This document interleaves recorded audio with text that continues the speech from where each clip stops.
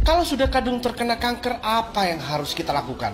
Oke, kita bahas langkah-langkah yang harus dilakukan seseorang ketika kadung terkena kanker. Baik itu kanker payudara, kanker usus, kanker hati, dan kanker-kanker yang lain. 1. Sering-seringlah berdoa dalam kondisi khusyuk dan pasrah kepada Allah Subhanahu wa Ta'ala. Kenapa bisa demikian? Perlu Anda ketahui, ketika seseorang berada dalam kondisi khusyuk, maka dalam dunia psikologi, orang tersebut akan masuk ke dalam kondisi trans atau gelombang theta, di mana ketika seseorang sering masuk ke dalam kondisi trans dengan perasaan yang khusyuk, tenang, pasrah, maka otak akan mengeluarkan hormon serotonin dan hormon endorfin yang sangat melimpah, di mana kedua hormon ini akan sangat membantu dalam proses perbaikan sel-sel tubuh yang terkena kanker. Demikian pula sebaliknya, ketika seseorang terkena kanker dan sering merasa cemas, takut, khawatir, stres, maka otak akan merespon dengan mengeluarkan hormon stres yang bernama hormon kortisol. Hormon kortisol ini adalah jenis hormon yang jika diproduksi berlebihan akan bisa memperparah kondisi kanker seseorang. Yang kedua itu adalah wajib berpuasa.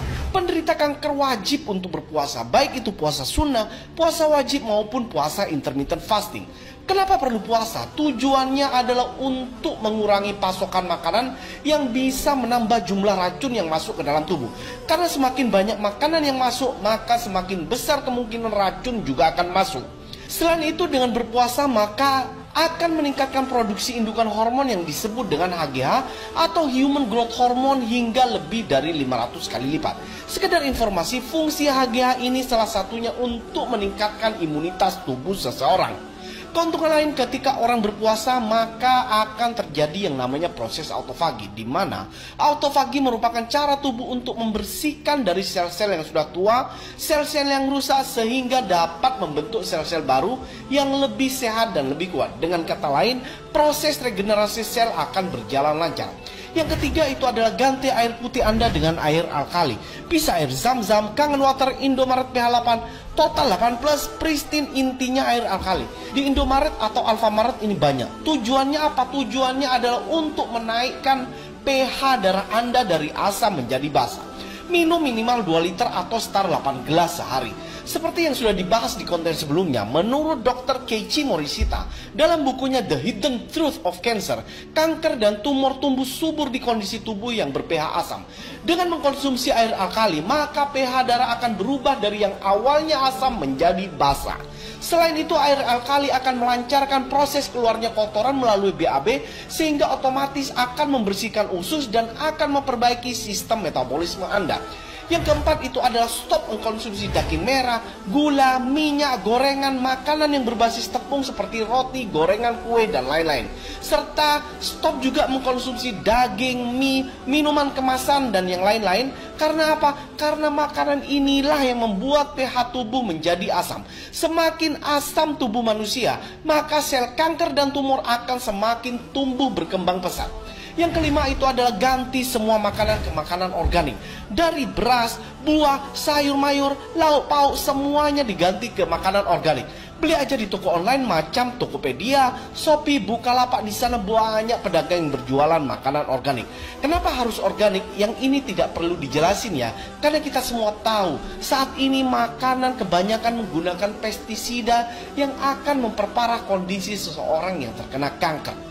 Yang keenam itu adalah lakukan proses bekam. Sekedar informasi, bekam sangat dianjurkan untuk penderita kanker karena bekam bisa mengeluarkan racun-racun baik logam berat maupun zat sampah yang tidak bisa dikeluarkan melalui BAB dan air seni. Yang ketujuh itu adalah konsumsi herbal yang banyak mengandung zat antioksidan tinggi.